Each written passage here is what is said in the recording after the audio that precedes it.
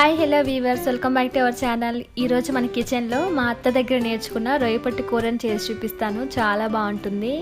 ఈ రొయ్యపట్టు కూరను వేడి వేడి అన్నంలో కలుపుకొని తింటుంటే ఇంకో 4 ముద్దలు ఎక్స్ట్రానే తినాలనిపిస్తుంది. అంత బాగుంటుంది కూర. ఇటువంటి కూరలు ఎక్కువగా పల్లెటూళ్ళలో చేసుకుని తింటూ ఉంటారు. ఈ చిన్న రొయ్యలతో కూర చేసుకుంటే చాలా టేస్టీగా ఉంటుందండి. మీకు ఇటువంటి రొయ్యపట్టు దొరికినప్పుడు ఖచ్చితంగా తీసుకొని కూర చేసుకోండి, చాలా బాగుంటుంది. ఇక వీడియోని స్టార్ట్ చేసే ముందు ఫస్ట్ టైం నా ఛానల్ని చూస్తున్నట్లయితే ప్లీజ్ సబ్స్క్రైబ్ చేసుకోండి, అలాగే లైక్ చేసి షేర్ చేయండి. నేను పెట్టే ప్రతి వీడియో మీకు రావాలి అంటే పక్కనే ఉన్న బెల్ బటన్ కూడా క్లిక్ చేయండి. ఇంకా లేట్ చేయకుండా ఈ రొయ్యపట్టు కూరని ఎలా చేసుకోవాలో చూడండి. ముందుగా నేను ఇక్కడ 150 గ్రాముల వరకు రొయ్యపట్టు తీసుకున్నాను. మంచి క్వాలిటీగా ఉండే రొయ్యపట్టుని తీసుకోండి, కూర రుచిగా ఉంటుంది. మార్కెట్లో రకరకాలుగా రొయ్యపట్టు దొరుకుతుంది కదా, మీరు క్వాలిటీగా ఉన్నదాన్ని చూసుకొని తీసుకోండి. ఇక్కడ నేను చిన్న ఎండు రొయ్యలు తీసుకున్నాను. పెద్దవి కూడా ఇలానే ఎండబెట్టినవి దొరుకుతాయి, అవైనా తీసుకొని కూర చేసుకోండి. ఇప్పుడు ఈ రొయ్యపట్టుని ఫ్రై చేసుకోవాలి. ఒక ప్యాన్లోకి వేసుకొని 2 నిమిషాల పాటు మంటని లో ఫ్లేమ్లో పెట్టుకొని వేయించుకోండి. కొద్దిగా వేడికి లైట్గా వేగితే సరిపోతుంది, మరి ఎక్కువసేపు వేయించుకోవాల్సిన అవసరం లేదు. ఇలా వేయించుకోవడం వలన రొయ్యపట్టులో మనకి అక్కడక్కడ ఇసుక తగులుతూ ఉంటుందండి. ఇలా వేయించుకున్నామంటే ఆ వేడికి ఇసుక అనేది రాలిపోతుంది. అందుకని మరి ఎక్కువసేపు కాకుండా లైట్గా వేయించుకుంటే సరిపోతుంది. ఇలా రొయ్యపట్టుని లైట్గా వేయించుకున్న తర్వాత ఈ రొయ్యపట్టు మొత్తాన్ని ఏదైనా ప్లేట్లోకి వేసుకొని పక్కన పెట్టుకోండి. ఇప్పుడు రొయ్యపట్టు కాస్త చల్లారిన తర్వాత ఇలా ఒక బౌల్లోకి తీసుకొని వాటర్ పోసి ఈ రొయ్యపట్టుని నీట్గా వాష్ చేసుకోవాలి. కనీసం 3 లేదా 4 సార్లు అయినా నీట్గా వాష్ చేసుకోండి. లేదంటే మనం తినేటప్పుడు అక్కడక్కడ కరకర అని ఇసుక తగులుతూ ఉంటుంది, అప్పుడు అసలు కూర తినాలి అనిపించదు. అందుకే ఈ రొయ్యపట్టుని నీట్గా జాగ్రత్తగా వాష్ చేసుకోవాలి. ఇలా ఒక 3 టైమ్స్ నీట్గా వాష్ చేసుకున్నాక ఇప్పుడు ఈ రొయ్యపట్టును గట్టిగా పిండుకొని ఒక ప్లేట్లోకి తీసుకొని పక్కన పెట్టుకోండి. ఇప్పుడు రొయ్యపట్టు కూరని ప్రిపేర్ చేసుకుందాం. ఒక కడాయిలోకి 4 టేబుల్ స్పూన్ల వరకు ఆయిల్ వేసుకోండి. ఆయిల్ వేడయ్యాక ఇందులో చిటికుడు మెంతులు, కొంచెం జీలకర్ర, ఆవాలు, అలాగే పచ్చిశనగపప్పును వేసి 1 నిమిషం పాటు వీటిని ఫ్రై చేసుకోవాలి. ఇటువంటి కూరల్లో శనగపప్పును కొన్ని ఎక్కువగానే వేసుకోండి. తినేటప్పుడు అక్కడక్కడ తగులుతూ ఉంటే చాలా బాగుంటుంది. ఇవి కొంచెం వేగిన తర్వాత సన్నగా తరిగిన ఉల్లిపాయ ముక్కలు, అలాగే కొంచెం కరివేపాకును వేసి ఫ్రై చేసుకోండి. ఉల్లిపాయ ముక్కలు మరి ఎక్కువగా వేగాల్సిన అవసరం లేదు, మెత్తపడేంత వరకు వేయించుకున్నామంటే సరిపోతుంది.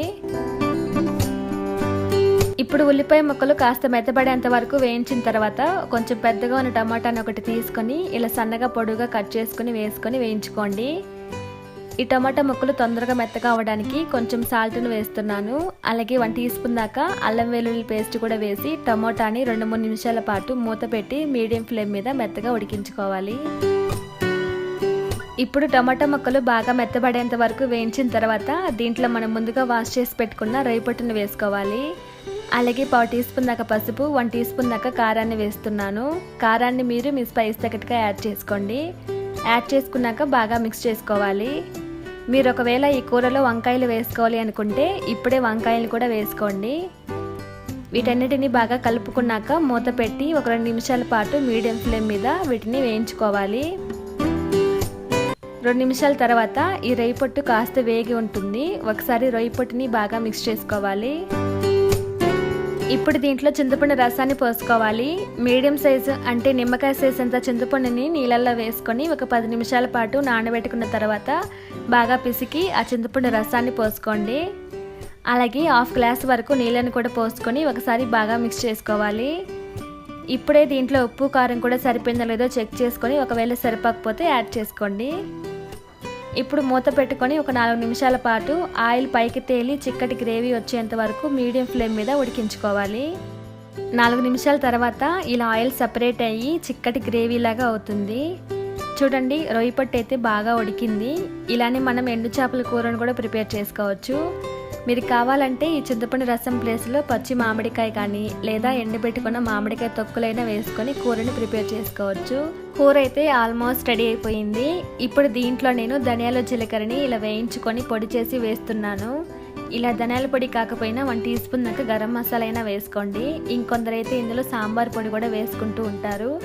గరం మసాలా సాంబార్ పొడి కన్నా కూడా ఇలా ధనియాల పొడిని వేసుకుంటే కూర టేస్ట్ అనేది చాలా బాగుంటుంది.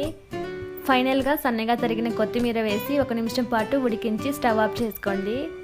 అంతే, చాలా ఈజీగా ఈ ఎండు రొయ్యల కూరని ప్రిపేర్ చేసుకోవచ్చు. సంగట్లో కానీ వేడివేడి అన్నంలో కానీ వేసుకుని తిన్నామంటే ఇంకా మాట్లాడుకోవడం లేవు, చాలా బాగుంటుంది. ఇటువంటి కూరలు చేసుకున్నప్పుడు ఇంకో 4 ముద్దలు ఎక్స్ట్రానే తినాలనిపిస్తుంటుంది, అంత బాగుంటుందన్నమాట కూర.